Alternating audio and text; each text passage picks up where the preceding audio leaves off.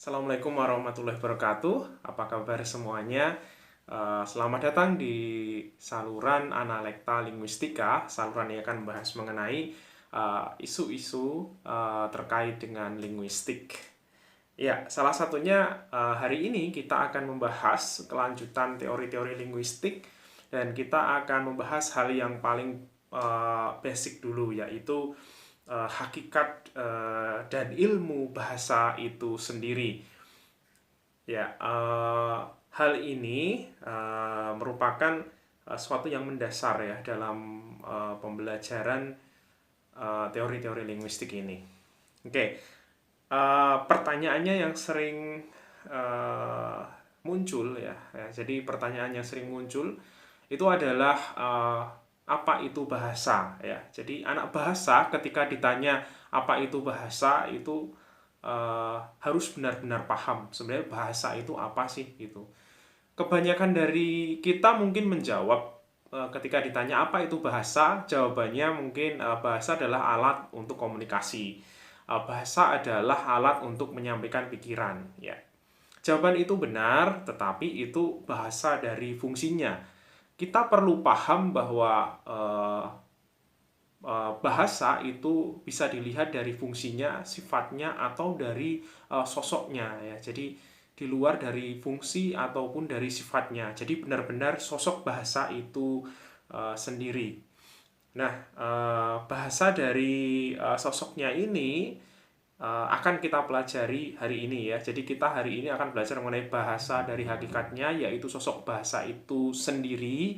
Kemudian kita belajar mengenai sifat-sifat bahasa, dan kemudian kita belajar bahasa dari segi fungsi. Oke, pertama, kalian bisa lihat beberapa kalimat ini ya. Jadi ular katak kecil makan besar ya, itu ular katak kecil makan besar.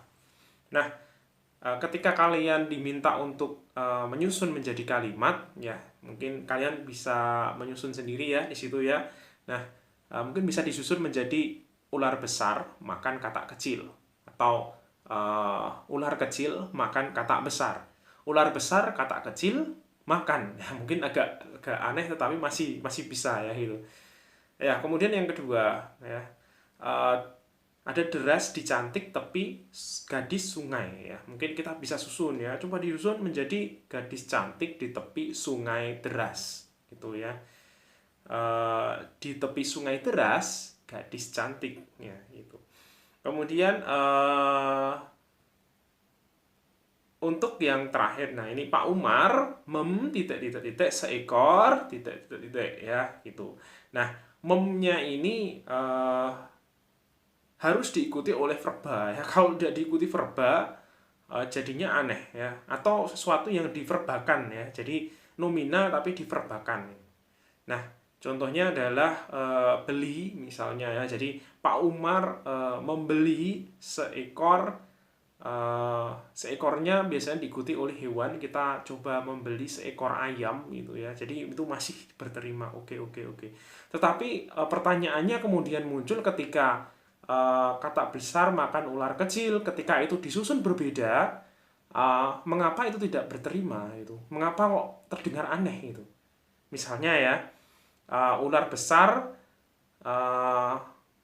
kata makan kecil. Mengapa itu terdengar aneh? Ular besar kata makan kecil. Atau mungkin gadis deras di tepi sungai cantik. Mengapa itu terdengar aneh? Alasannya apa itu? Dan kenapa kita tidak boleh mengganti Pak Umar misalnya ya, kemudian kita beri selain verba atau verba nomina yang dinominakan di sana ya.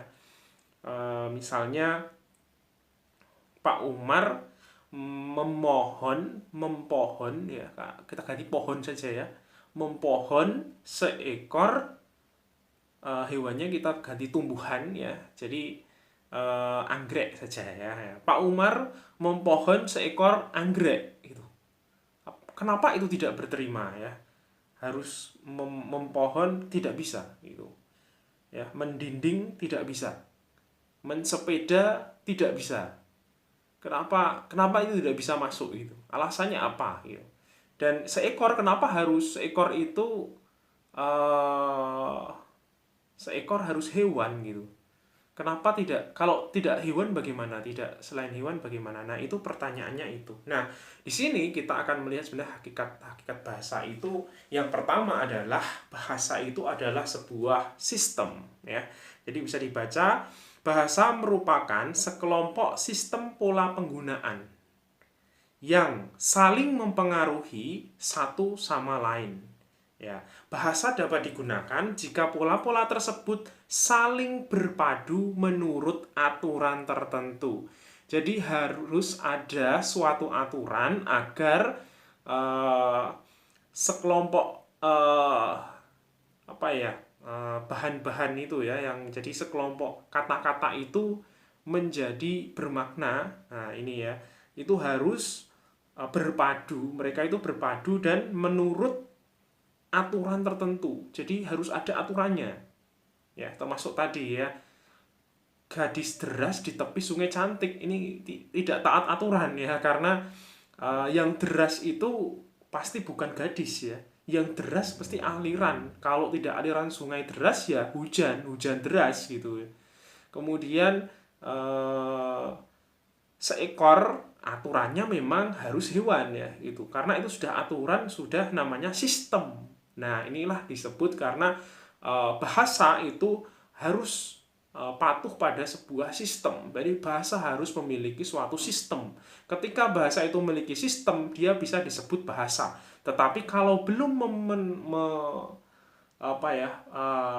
belum memunculkan suatu sistem, berarti itu belum bahasa, ya. Kemudian suatu tuturan disebut bahasa. Nah, ini ya, karena memiliki sistem. Jadi tuturan wajib memiliki sistem agar disebut bahasa. Jadi yang pertama tolong pahami adalah sistem. Yang kedua ya, nanti bisa dilihat ya, di sebelah sini ada beberapa gambar-gambar. Nah, itu gambar apa? Ayo, gambar apa? Iya, itu adalah gambar aksara-aksara, ada hieroglif, kemudian ada aksara dari Timur Tengah, ada aksara Jawa, kemudian ada dari Sulawesi, ada juga kanji ya gitu. Dan menariknya di situ ketika ada misalnya kanji itu satu tulisan itu ya, itu satu kata gitu. Jadi kalau bisa dilihat di situ ada kuda, dan di situ adalah satu huruf itu ya, yang satu huruf kanji itu ya, itu sudah merupakan satu kata itu. Kalau sana sistemnya seperti itu, hampir sama dengan tulisan dari bahasa Mandarin ya. Di sana juga uh, mereka harus menghafalkan bentuknya ya. Jadi bentuk tulisan itu harus hafal agar, karena itu mewakili kata gitu. Nah, bisa dilihat di situ kuda, di situ ada coretan di bawahnya 4, itu melambangkan kaki kuda itu ada 4, kemudian ada tanda ke bawah ini ya. Nah, itu ekor kuda. Nah, bisa dilambangkan seperti itu. Kemudian gambar penyu ya. Nah, itu bisa dilihat ya, penyu ada ekornya, kemudian tangannya bentuknya hampir seperti itu ya. Dan payung ya, nah payung itu ada gagangnya, kemudian ada seperti gunung gini ya. Nah, di situ, nah itu menunjukkan apa ya, bahasa adalah lambang ya. Bahasa, ide-ide yang disampaikan melalui bahasa diwakili oleh berbagai macam lambang ya.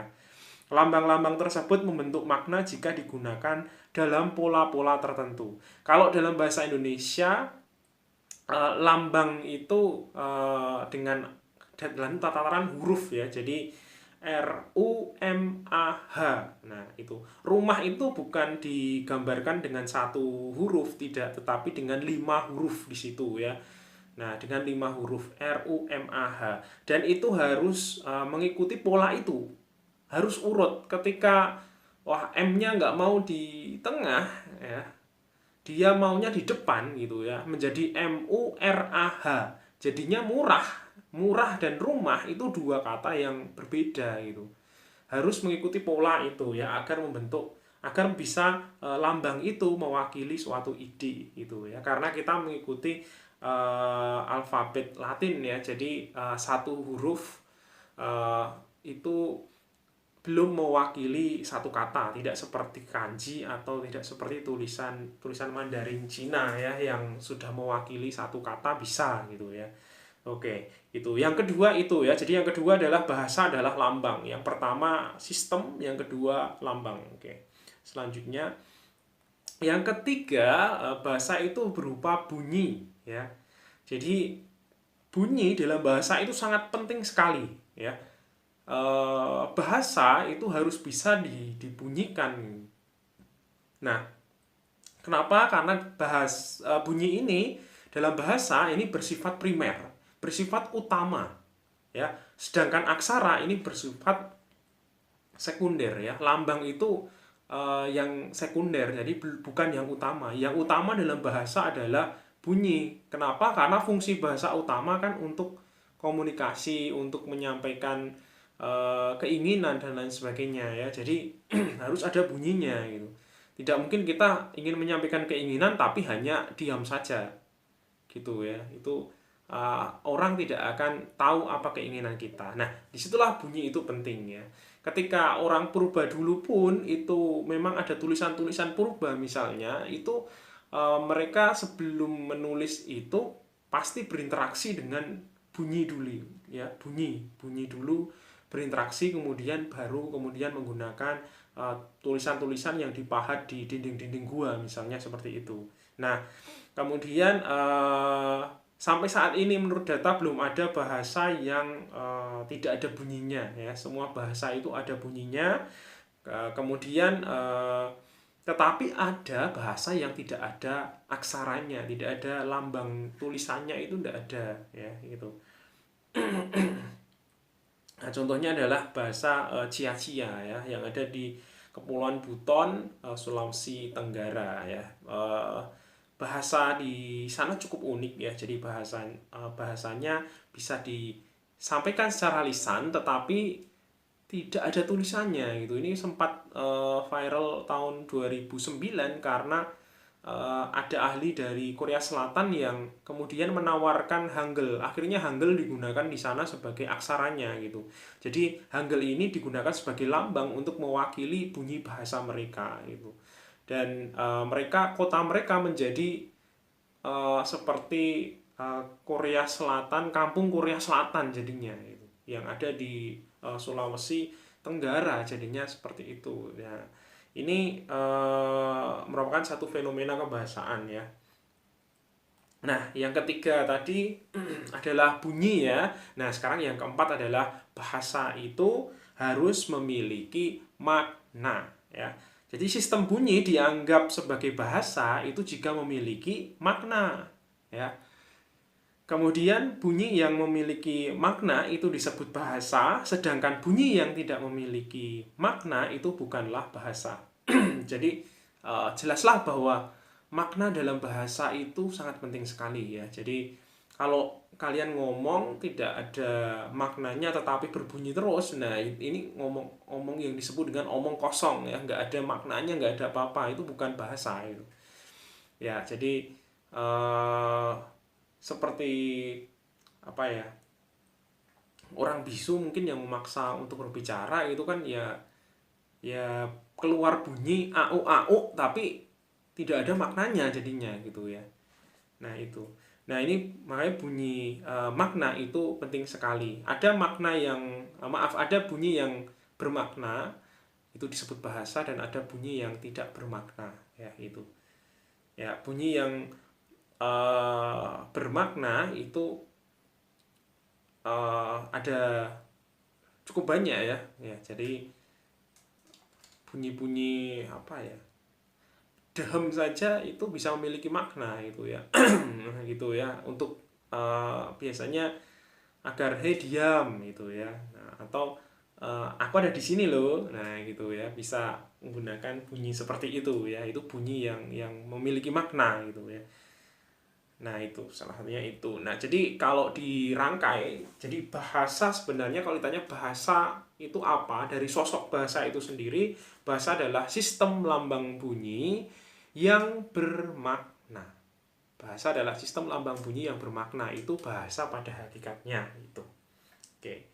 Sudah paham ya, bahasa pada hakikatnya itu ya, itu hakikat bahasa itu sosok bahasa yang sesungguhnya. Sistem lambang bunyi yang bermakna. Nah, kemudian kita ke ini ya, sifat bahasa ya. Selanjutnya kita membahas mengenai sifat bahasa. Ada 8 sifat bahasa sedikitnya yang dikumpulkan dari berbagai macam sumber ini ya. Yang pertama adalah arbitrer atau mana suka ya. Jadi penggunaan lambang-lambang dengan bunyi tidak memiliki hubungan khusus dengan ide yang disampaikan. Hal ini dimaksud dengan arbitrer ya. Tidak ada hubungan langsung antara bunyi dengan makna. Pilihan kata dengan makna tidak ada hubungan langsung gitu. Ya contoh ya, misalnya ada binatang yang disebut tokek ya. Ya, ada karena orang mendengar suara tokek itu ada yang tokek itu, ada juga yang tekek. Orang-orang Jawa mungkin tekek, jadi namanya adalah tekek karena terdengar di telinganya itu tekek gitu ya, terserah orang Jawa gitu. Orang Indonesia mungkin tokek pakai o gitu ya, tokeknya ya gitu. Jadi gitu. Kemudian ada suara ayam ya, orang Indonesia biasanya kukuruyuk gitu ya. Nah, ada juga orang Sunda mungkin kongkorongkong gitu ya, mereka dengarnya itu gitu. Jadi onomatope bisa juga seperti itu. Kemudian ada juga ini fenomena suara ya dijadikan seperti itu. Contoh di Jawa gluduk ya gitu. Gluduk itu seperti itu ya. Kalau suara gemuruh gemuruh sebelum petir menyambar, nah itu biasanya kan gluduk lah mendengar suara itu, makanya disebut dengan gluduk gitu ya. Kemudian ketika petir menyambar bledek nah gitu, gledek nah, gitu. Ada yang geledek, nah, ada yang geledek dengarnya, ada yang bledek. Nah itulah eh, pemilihan itulah yang mana suka ya, terserah gitu ya. Termasuk kata AIR ya, air dalam bahasa Indonesia itu berarti air ya, biasa untuk mandi, biasa untuk wudhu gitu ya. Tapi dalam bahasa Inggris air ini menjadi udara ya, air conditioner, AC jadinya ya. Nah itu kan jadi udara gitu. Jadi beda beda makna dan pemilihannya itu ya suka-suka gitu. Kenapa gajah dinamakan gajah ya? Ya suka-suka. Padahal gajah itu apa ya, yang tidak ada yang mewakili, maksudnya tidak ada bagian dari itu. Suaranya juga bukan gajah bukan juga gitu, tapi ya terserah mereka gitu. Nah ini ya, jadi pemilihan suatu kata itu mana suka ya, bebas. Jadi nenek moyang dulu kenapa memilih kata menamai benda-benda itu ini ya karena ya itu tadi sekenaknya mereka ya, semendengarnya mereka seperti apa gitu. Ya. Kemudian yang kedua ya, yang kedua sifat bahasa adalah konvensional ya. Konvensional artinya sistematika yang terdapat pada sebuah bahasa ya, baik penggunaan lambang, pembentukan makna serta aturan penggunaannya adalah kesepakatan kelompok pengguna bahasa tersebut. Jadi konvensional itu adalah kesepakatan. Jadi suatu kata harus disepakati gitu. Kalau dalam satu bahasa itu tidak sepakat ya nanti akan repot, itu bukan bahasa jadinya gitu ya. Misalnya ya ada sebuah barang ya, barang itu dinamai dengan meja gitu ya. Tolong mejanya dibawa ke sini, tapi Anda tidak sepakat, itu bukan meja, menurut saya itu kursi gitu. Karena saya sering saya duduki misalnya gitu ya. Tolong mejanya bawa ke sini, dia nggak mau ngambil itu karena dianggapnya adalah itu. Ada juga misalnya bakso ya gitu ya. Anda menamainya sate karena tidak sepakat dengan nama bakso gitu ya. Ada tukang bakso, Anda belinya Pak beli sate gitu ya. Nah kan enggak bisa ya, walaupun sekarang ada bakso tusuk ya gitu ya, mungkin terinspirasi itu ya. Nah itu jadi harus sepakat kalau ini disebut bakso ya bakso semuanya, orang akan bilang itu bakso. Kalau misalnya itu meja, ya meja, itu harus sepakat dari penuturnya itu. Kalau dia tidak sepakat, dia akan membuat bahasa sendiri, ya. Nih, konvensional. Yang ketiga adalah bahasa itu unik, sifatnya unik gitu. Jadi terdapat beragam bahasa ya yang ada di dunia. Tiap bahasa tersebut memiliki aturan dan sistematika penggunaan tertentu gitu. Perbedaan tersebut membuat tiap bahasa ini unik dan memiliki ciri spesifik yang membedakan dari bahasa satu ke bahasa yang lainnya gitu. Kalau kita pergi ke Pulau Dewata, Pulau Bali ya, kita akan berinteraksi dengan masyarakat di sana ya, nah, atau minimal guide-nya lah. Nah, itu biasanya kita banyak diceritakan mengenai bahasa-bahasa yang itu di sana dianggapnya bagus, tapi di sini jelek, di sini dianggapnya jelek, tapi di sana itu bagus gitu ya. Contoh adalah uang ya, uang mungkin duit gitu ya. Di sana di Bali itu pipis gitu. Nah, pipis di Jawa itu artinya buang air. Nah, jadi di sini artinya buang air, tapi di sana artinya uang pipis itu ya gitu. Jadi yuk nganu kerja kerja cuma kerja golek duit. Nah, di sana kerja nyari pipis gitu ya. Tuh ya. Jadi wah di sini kerja nyari uang, golek duit, di sana kerja nyari pipis. Kemudian ada kata misalnya cokor ya. Cokor itu kaki, kalau di Jawa itu kaki tapi kasar gitu ya. Cokornya pinggirke ya, maksudnya kakinya kamu pinggirkan gitu. Itu cokor. Tapi kalau di Bali cokor itu bagus sampai jadi nama ya. Cokorda. Ya, cokorda bagus ya. Itu ya. Nah, itu karena di sana dianggapnya itu bagus dan banyak sekali hal yang di sana bagus, di sini juga berbeda juga gitu. Jadi beberapa hal itu sedikit berbeda. Ya, selain itu ada juga antara ketika menerjemahkan sesuatu ya, mengalih bahasakan itu yang seperti idiom itu misalnya ya. Idiom itu kalau di luar negeri kutu buku itu diartikan sebagai bookworm, artinya kutu cacing buku ya. Di luar negeri itu menyebutnya cacing buku ya di bahasa Inggris. Tapi bahasa Indonesia itu kutu buku ya. Nah, ini yang termasuk bahasa itu unik ya. Artinya sama, orang yang gemar membaca buku. Kalau orang yang gemar membaca buku di sini disebut kutu buku, di Inggris itu bookworm itu orang sebagai cacing buku di sana itu ya. Jadi ini bahasa itu unik gitu. Dan ada juga ya sebuah lagu yang cukup terkenal di eranya ya. Lagu ini pernah mendapat penghargaan sebagai lagu yang paling romantis ya. Nah, coba kita dengar nih lagu yang satu ini, pasti tahu semuanya ya. Oke, kita play dulu. Oh, her eyes make the stars look like they're not shining. Her hair falls perfectly without her trying. She's so beautiful, and I tell her every day. Yeah, I know, when I compliment her, she won't believe me. And it's so sad to think that she don't see what I see. But every time she asks me, do I look okay? I say, when I see your face, there's not a thing that I would change. 'Cause you're amazing, just the way you are. Sudah tahu ya lagu apa itu? Ya, lagu dengan judulnya ya Just the Way You Are ya. Oke, lagu ini secara kebahasaan cukup romantis, cukup bagus ya dalam bahasa Inggris ya. Nah, karena berhasil untuk menggambarkan seseorang bagian demi bagian itu dengan cukup indah sekali gitu. Kita ambil contoh misalnya yang her eye make the stars look like they are not shining ya gitu.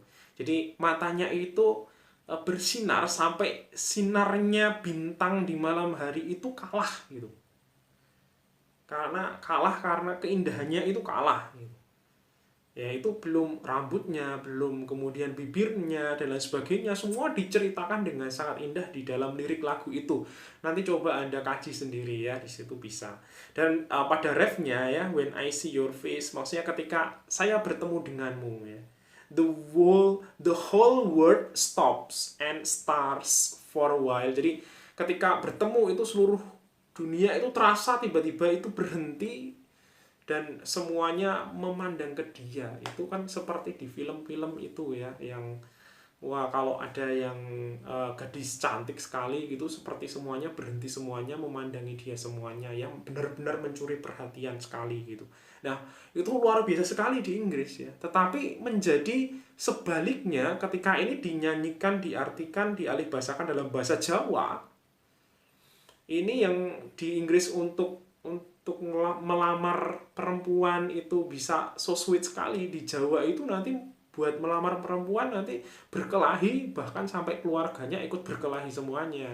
Nah kenapa? Kita artikan saja ya. Oh her eye dalam bahasa Jawa artinya kan matamu, matamu, matamu. Ini nggak jadi memuji tapi malah memaki-maki gitu ya. Matamu, matamu, make the stars look like they are not shining ya. Itu gemerlap sekali matanya ya. Wah kalau Jawa mata yang bergemerlap berwarna itu ya belekan itu ya. Jadi matamu, matamu belekan gitu ya. Kemudian her lips gitu ya. Jawanya juga ya lambemu atau cangkemmu, cangkemmu, cangkemmu gitu. Jadi malah memaki gitu. Bagian tubuh itu untuk biasanya memaki dalam bahasa Jawa gitu ya. Your head ya jadi gundulmu, gundulmu gitu ya gitu. Jadi gundulmu, matamu, irongmu, wah, itu lambemu gitu ya. Itu jadinya memaki semuanya dalam bahasa Jawa gitu. Dan when I see your face ya, ketika saya bertemu denganmu, di bahasa Jawa kan adalah pas aku ketemu dapurmu gitu ya. Jadinya kan jadi kasar ya.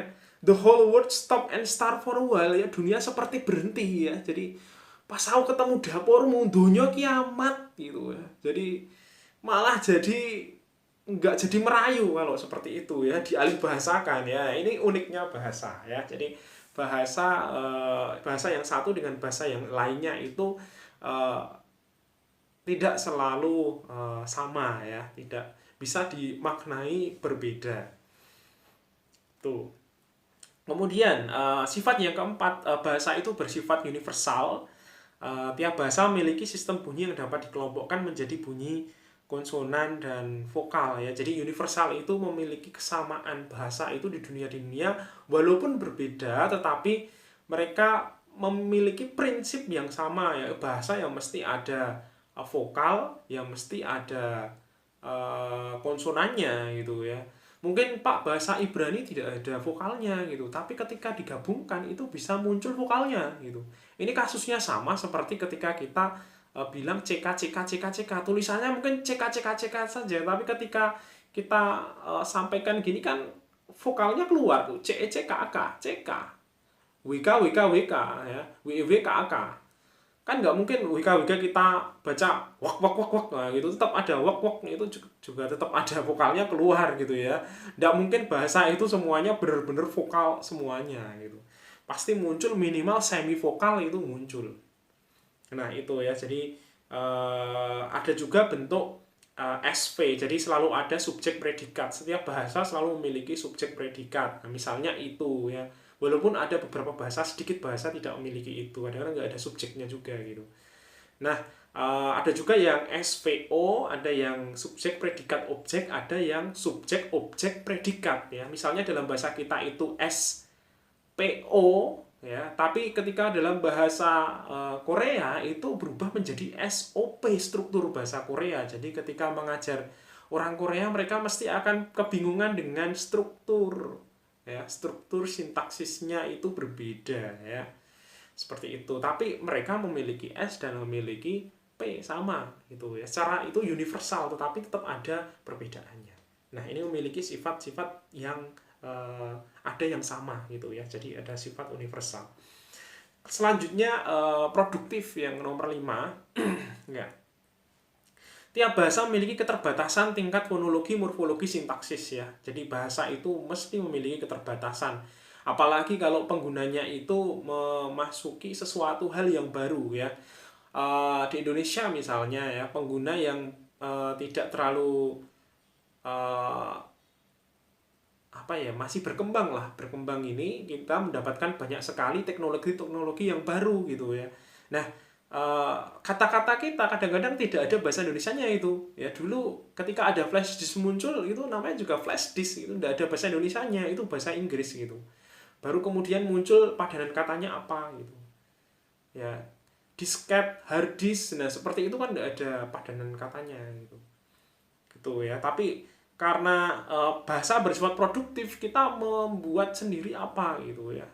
Mouse misalnya belum ada padanannya, tapi mungkin orang Melayu akan bilang itu tikus nah, gitu ya. Nah mouse itu seperti tikus ya, karena bentuknya hitam kecil dan ada ekornya ya kabel itu ya. Tuh, hanya sekarang kalau wireless ya ekornya berarti hilang ya gitu ya. Tuh ya, kemudian ketika seseorang lupa dengan suatu kata-kata tertentu ya, misalnya mau beli ikan nih ya di toko ikan. Pak, saya mau beli ikan yang itu loh batuknya nonong gitu ya, yang kementak gitu ya, minta diketak gitu ya. Batuknya benjol itu loh Pak, ikan apa ya itu ya, itu lupa namanya. Nah kita mau produksi bahasa-bahasa yang cukup banyak gitu ya untuk me, me, menggiring ke makna atau nama ikan itu ya. Jadi menggunakan banyak bahasa untuk menggiring ke nama ikan itu apa ya. Ketika kita lupa kalau namanya adalah ikan lohan misalnya ya, kita menggunakan banyak ciri-cirinya apa yang menyebutkan berbagai ciri-cirinya. Nah ini yang namanya bahasa itu produktif ketika menemui suatu keterbatasan ya. Kita lanjutkan. Dinamis sih ya, bahasa itu bersifat dinamis. Jadi dinamis itu berarti bahasa itu berkembang dan berubah ya. Bahasa itu terus berkembang dan berubah, bisa bertambah kosakatanya, bisa berkurang, bisa berubah menjadi yang baru atau berganti. Nah itu ya.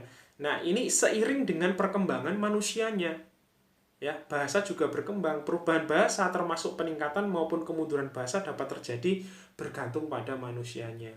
Kalau manusianya itu maju ya, semakin maju peradabannya ya bahasanya akan semakin maju juga ya. Kalau semakin mundur peradabannya ya mungkin akan sedikit-sedikit hilang gitu. Nah dinamika bahasa ini ya ada dari Fromkin ini coba penjelasannya, bahwa bahasa yang digunakan manusia mampu berkembang pada setiap aspek kebahasaannya, bisa perluasan kosakata, bisa ada tambahan tata bahasanya. Nah ini dampak dari dinamika kehidupan penutur suatu bahasa ya. Jadi tidak ada bahasa yang dianggap primitif atau rendah. Tiap bahasa merupakan sistematika yang kompleks, semuanya mampu digunakan untuk menyampaikan segala hal. Jadi sebenarnya bukan bahasa, misalnya bahasa Sakai, bahasa Kubu, bahasa Lubu itu kan suku-suku pedalaman itu ya. Sebenarnya kita tidak boleh untuk menjudge itu sebagai bahasa yang primitif atau bahasa yang lebih rendah. Tidak ada bahasa yang lebih rendah, tidak ada bahasa yang lebih tinggi. Karena fungsinya sama, yaitu menyampaikan berbagai hal, yaitu menyampaikan keinginan, menyampaikan informasi, dan lain sebagainya. Nah, ada beberapa data yang saya kumpulkan, ini data tahun 2010 dari BPPB ya, Badan Pengembangan dan Balai Bahasa ini ya. Nah, bahasa di Indonesia itu yang di atas 1 juta itu tinggal bahasa Jawa yang penuturnya terbanyak ya, kemudian bahasa Sunda, kemudian Madura, Aceh, Batak, Minangkabau, Rejang, Lampung, Melayu, Bali, Sasak, Makassar, dan Bugis itu yang penuturnya di atas 1 juta itu ya. Nah, kemudian ada juga bahasa yang di bawah 1 juta. Nah, bahasa ini mengalami suatu dinamika, yaitu bahasa ini terancam punah, terancam mati bahasanya. Kok bisa mati Pak bahasanya? Iya, karena penuturnya sudah tidak ada. Bisa karena penuturnya itu karena meninggal semuanya, sudah tidak tersisa karena sudah meninggal. 2, karena sudah tidak mampu menggunakan bahasa itu lagi. Ya, yang ketiga karena menikah dengan suku yang lain dan meninggalkan bahasa itu. Nah, itu yang menyebabkan suatu bahasa itu bisa mati gitu bahasa itu. Nah, banyak bahasa yang punah ya di Indonesia atau mati bahasanya, seperti bahasa Hoti, Hokumina dan lain sebagainya. Bahkan ada yang bahasa itu tinggal menyisakan 2 orang saja ya. Jadi serumah tinggal 2 orang itu yang menguasai bahasa itu yang ada di Maluku ya. Nah, itu kalau 2 orang itu sudah tidak ada gitu ya, sudah gitu. Bahasa itu ya ikut mati gitu ya. Nah, itu yang salah satu dinamikanya itu. Dan yang ada beberapa yang aneh, ada bahasa yang mati tapi tetap hidup gitu, mati tetap hidup. Nah, ini contohnya adalah bahasa Latin ya. Bahasa Latin ini bahasa yang digunakan dalam ilmu pengetahuan sampai sekarang, tetapi penuturnya sudah tidak ada, dan tidak ada yang menggunakan bahasa Latin untuk percakapan gitu. Adanya untuk ilmu pengetahuan, misalnya bahasa linguistik diambil dari bahasa Latin lingua ya, misalnya itu. Atau dalam biologi itu ada bahasa Latinnya padi misalnya, yaitu Oryza sativa itu misalnya ya, dan lain sebagainya. Nah, ini jadi karena bahasa ini penuturnya sudah tidak ada, sudah dianggap mati, tetapi karena masih digunakan dalam ilmu pengetahuan, jadi ini dianggap sebagai bahasa yang mati tetapi tetap hidup. Ada juga yang menarik, fenomena menarik datang dari suatu bahasa ini sudah mati, tidak ada penuturnya ya, tidak, karena sudah ditinggalkan penuturnya, tetapi ini hidup kembali. Jadi bahasa ini diteliti kembali, kemudian digunakan kembali di suatu negara, yaitu bahasa Ibrani ya. Bahasa Ibrani ini dulunya digunakan ketika bangsa Yahudi itu terusir dan kemudian tidak boleh menggunakan bahasa itu lagi ya. Kemudian ketika kembali mereka menjadi, sekarang namanya Israel, mereka menghidupkan kembali bahasa Ibrani ini, digunakan untuk percakapan sehari-hari. Di Indonesia ada juga bahasa yang mati ya, contohnya adalah Sanskerta itu ya, India Indonesia itu ya, itu posisinya itu mati itu. Kalau mau dihidupkan kembali ya ketika Anda jadi presiden mewajibkan penggunaan bahasa Sanskerta. Nah, itu nanti hidup lagi bahasa Sanskerta ya gitu. Nah, itu ya. Kemudian yang ketujuh, bahasa itu bervariasi ya. Perbedaan timbul dari sisi kemanusiaan tentu berpengaruh pada bahasa yang digunakan. Hal ini menyebabkan munculnya berbagai ragam bahasa. Ya, coba kita cek video berikut ini. Kita perhatikan bahwa bahasa itu sangatlah bervariasi walaupun hanya di negara-negara tetangga gitu ya. Kita cek ya video. Hey guys, what's up? I'm Dave and I'm American. 안녕하세요 여러분, 한국 사람 최희선입니다. 건니츠와 니혼츠 에리나 데스. Hello, 大家好,我是 Ryan. 오늘은 미국, 한국, 일본, 중국, 발음 잘 이탈입니다. McDonald's, 맥도날드, 마크도날드, 麦当劳,麦当劳, 麦当劳, Starbucks, 스타벅스. 스타벅스, 星巴克, 星巴克, 아유 신박하네요. Cupcake, 컵케이크, 카프케이키, Cupcake, カップケーキ, 杯子蛋糕, 카프케이크, 杯子蛋糕, Spain, 스페인, 스페인, 西班牙, 뭐? 한 번 더? time.西班牙. 시바야. 근데 진짜 중국에서 시바야, 스페인 놀러가 욕한 거 같은데. 시바야, BTS. 방탄소년단. 보단소년단, 뭐? 보단소년단, 보단, 防弹少年团 리듬 비슷해. 방탄소년단. 보단소년단. 防弹少年团 BTS. Nah, itu tadi ya videonya, yang tadi dari bahasa Amerika. Orang Amerika menyebutkan apa, yang Korea apa, yang Jepang apa, yang Taiwan apa, itu yang berbeda-beda walaupun satu kata itu ya. Nah, itu namanya bahasa itu bervariasi gitu. Kemudian ada juga yang di istilah idioleg ya. Idioleg itu seperti variasi bahasa tapi bersifat perseorangan gitu. Ini contohnya Presiden Soeharto ketika berpidato itu menggunakan akhiran kan itu diganti dengan ken gitu. Jadi ini seperti kromonya bahasa Jawa gitu kan. Bahasa Jawa itu kalau kromo kan kulo ngaturaken, saya menyampaikan, ngaturaken, ken pakainya ken. Nah, ini saya sampaikan. Nah, ini seperti bahasa Jawa, karena bahasa Jawa itu suka yang pelemahan bunyi ya, bunyi-bunyi lemah itu bahasa Jawa itu suka, karena budaya Jawa yang semakin lemah lembut seseorang itu akan dianggap sopan ya. Orang yang lemah lembut, bahasanya lebih lembut, nah itu akan dianggap sopan gitu. Ya, jadi jangan berpikir kalau ada orang Jawa menikah dengan suku Batak, nah itu ya, itu akan terjadi bentrokan nanti ya. Tuh ya, yang satu lemah lembut itu penting, yang satunya berteriak-teriak itu sudah biasa gitu ya. Nah, kemudian ada juga dialek ya. Dialek ini perbedaan kelompok dan waktu ya, bisa menyebabkan perbedaan dialek. Dalam satu bahasa mungkin ada dialek yang berbeda-beda ya. Seperti bahasa Jawa itu dibagi menjadi 3 dialek besar. Ya, 3 dialek besar, walaupun nanti ada variasi-variasi bahasa yang lainnya lagi, tapi 3 dialek besar itu yaitu adalah Jogja Solo, Jawa Timuran, dan Ngapak gitu. Nah, Ngapak ini menariknya adalah ini bahasa Jawa setelah diteliti ya. Di penelitian dari UGM itu mengatakan bahwa ini sebenarnya bahasa Jawa aslinya bahasa Jawa itu yang Ngapak itu ya.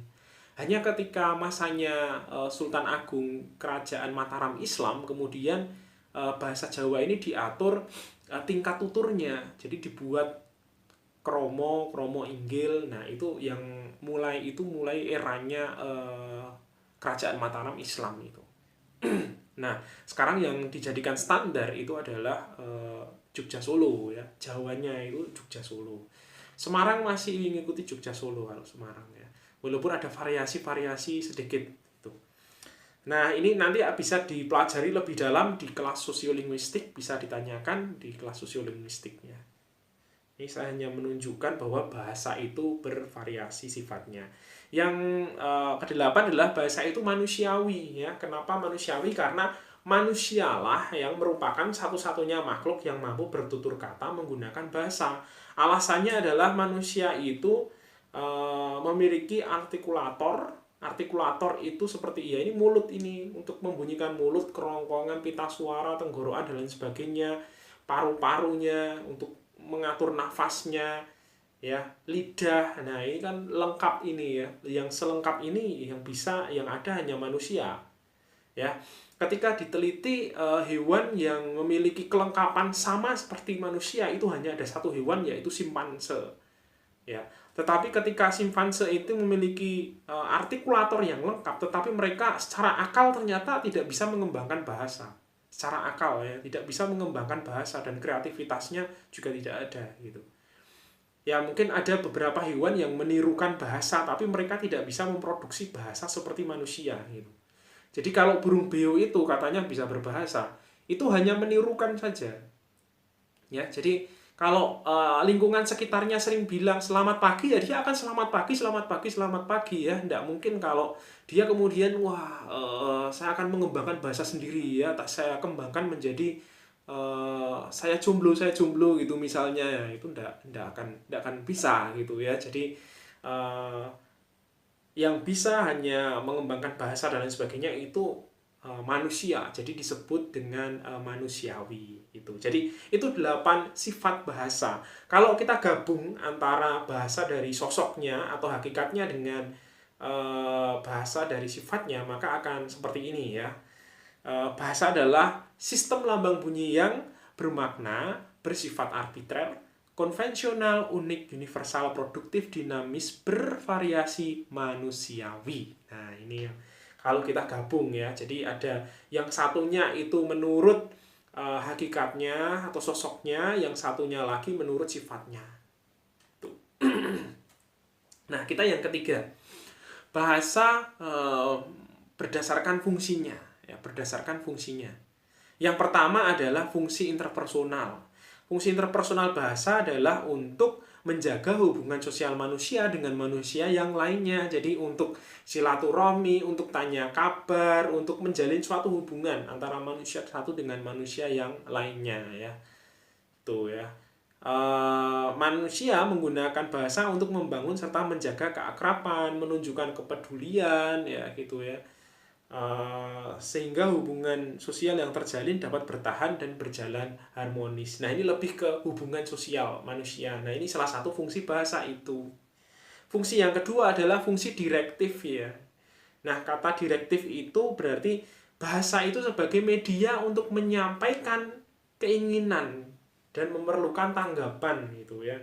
Dalam melaksanakan fungsi direktif, bahasa hendaknya tetap berpedoman pada nilai-nilai norma yang berlaku antara orang yang berbicara dengan orang yang diajak berbicara, ya itu.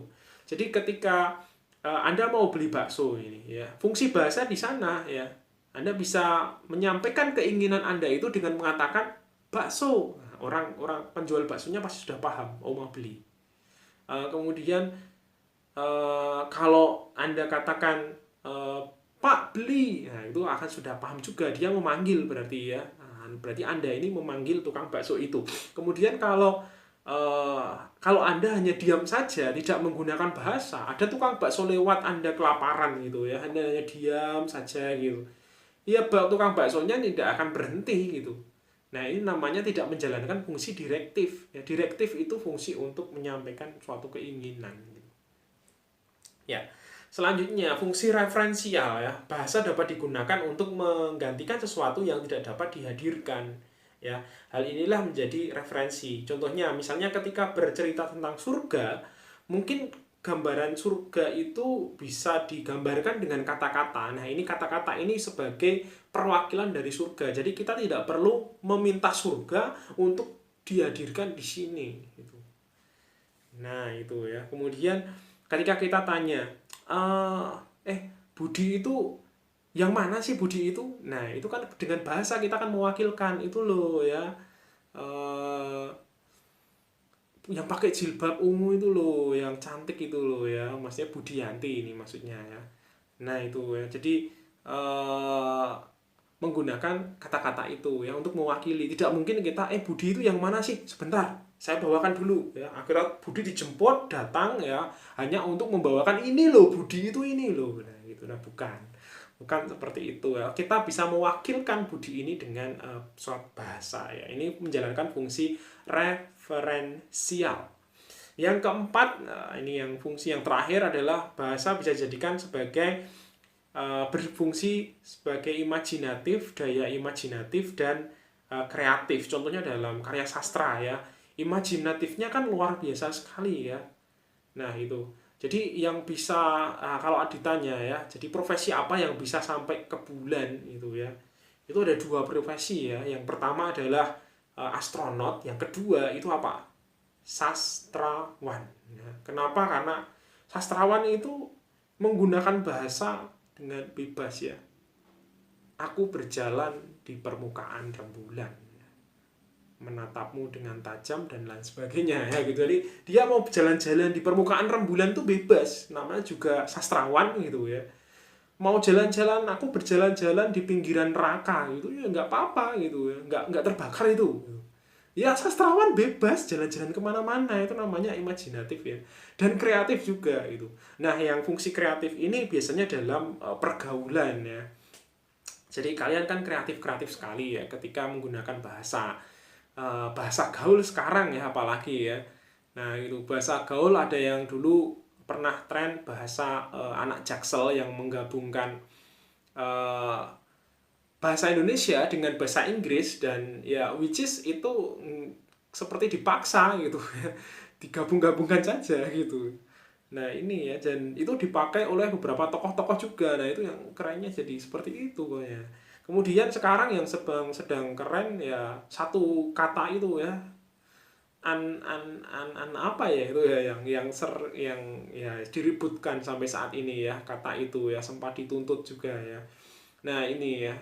Tapi menariknya satu kata itu bisa menggantikan berbagai macam ekspresi. Bisa ekspresi senang, heran, kaget ya itu ya, sampai jijik itu juga pakai itu bisa. Anjay. Tuh, kalian sudah tahu ya. Oke, jadi simpulannya dari ketiga penjelasan bahasa itu apa itu ya. Jadi bahasa itu yang warna merah yaitu itu dari sosoknya, kemudian warna yang biru itu dari sifatnya, yang warna yang ungu itu dari fungsinya. Jadi ada 3 hal ini. Kalau kalian ditanya, Mas, Mbak, kamu anak bahasa kan? Iya. Bahasa itu apa? Lah, Anda mau bahasa dari sosoknya, bahasa dari sifatnya, apa bahasa dari fungsinya? Itu saya akan menjelaskan. Nah, sekarang udah pinter ya. Itu atau mau bahasa secara keseluruhan ya udah dibacakan saja semuanya. Bahasa adalah sistem lambang bunyi yang bermakna, bersifat arbitrer, konvensional, unik, universal, produktif, dinamis, bervariasi, manusiawi, serta memiliki fungsi interpersonal, direktif, referensial, imajinatif, dan kreatif. Nah, wis lengkap itu ya dari berbagai macam ahli bahasa ya. Kemudian kalau kita tanya apa itu linguistik ya, simpelnya adalah linguistik itu ilmu yang mempelajari bahasa gitu ya. Ilmu ketika kita mau belajar bahasa ya ilmunya namanya linguistik gitu. Atau ilmu yang menjadikan bahasa sebagai objek kajiannya. Ini menurut Abdul Khair ya. Atau ilmu mengenai bahasa manusia itu linguistik, karena linguistik tidak mengkaji bahasa selain manusia gitu. Nah, menurut objek kajiannya ada yang namanya linguistik mikro dan ada juga yang linguistik makro ya. Jadi mikro itu maksudnya adalah mengkaji bahasa itu dari dalam internal dari bahasa itu sendiri gitu ya. Ada fonologi, semantik, sintaksis itu ya yang dikaji ya bahasa di dalam itu sendiri, sistem yang ada di dalam bahasa itu sendiri. Nah, kemudian kalau makro itu mengkaitkan hubungan dengan faktor-faktor di luar bahasa. Dari sistem bahasa dikaitkan dengan faktor yang ada di luar bahasa. Contohnya, psikolinguistik itu mengkaji antara bahasa dengan faktor psikologi. Sosiolinguistik mengkaji antara bahasa linguistik yang dipengaruhi oleh faktor sosial. Etnolinguistik itu ilmu bahasa yang dipengaruhi karena faktor etnis atau suku dan lain sebagainya. Nah, itu di bawah itu sudah banyak itu ya. Nah, ini namanya linguistik makro. Menurut tujuan kajiannya itu ada 2, ini terakhir ya. Tujuan kajian secara teoretis dan ada secara terapan ya. Kalau tujuan kajian teoretis ya berarti menemukan atau mengembangkan teori-teori kebahasaan agar pemahaman mengenai bahasa itu semakin berkembang, semakin bagus. Tuh. Nah, membuat kaidah linguistik secara deskriptif, nah ini bisa digunakan itu. Nah, kalau terapan ini digunakan untuk menyelesaikan serbaneka permasalahan terkait bahasa. Ini namanya terapan ya. Jadi bisa diterapkan seperti linguistik edukasional, ada permasalahan bahasa dalam pendidikan. Nah, berarti kita menggunakan apa? Itu jalan keluarnya bagaimana. Yang terkenal sekarang kan ketika ada permasalahan pencemaran nama baik misalnya, kita menggunakan linguistik forensik ya. Ada SMS penipuan, berita hoax, kita menggunakan linguistik forensik juga ya untuk sebagai linguistik terapan ya untuk menyelesaikan permasalahan ya. Gitu. Dan mungkin itu dulu untuk materi pada hari ini. Jika ada pertanyaan silahkan ditulis di kolom pertanyaan di bawah ya, kolom komentar ya. Dan jika Anda menganggap bahwa video ini bermanfaat untuk Anda, menambah pengetahuan Anda, silahkan berikan like ya. Sekian dari saya, terima kasih. Wassalamualaikum warahmatullahi wabarakatuh.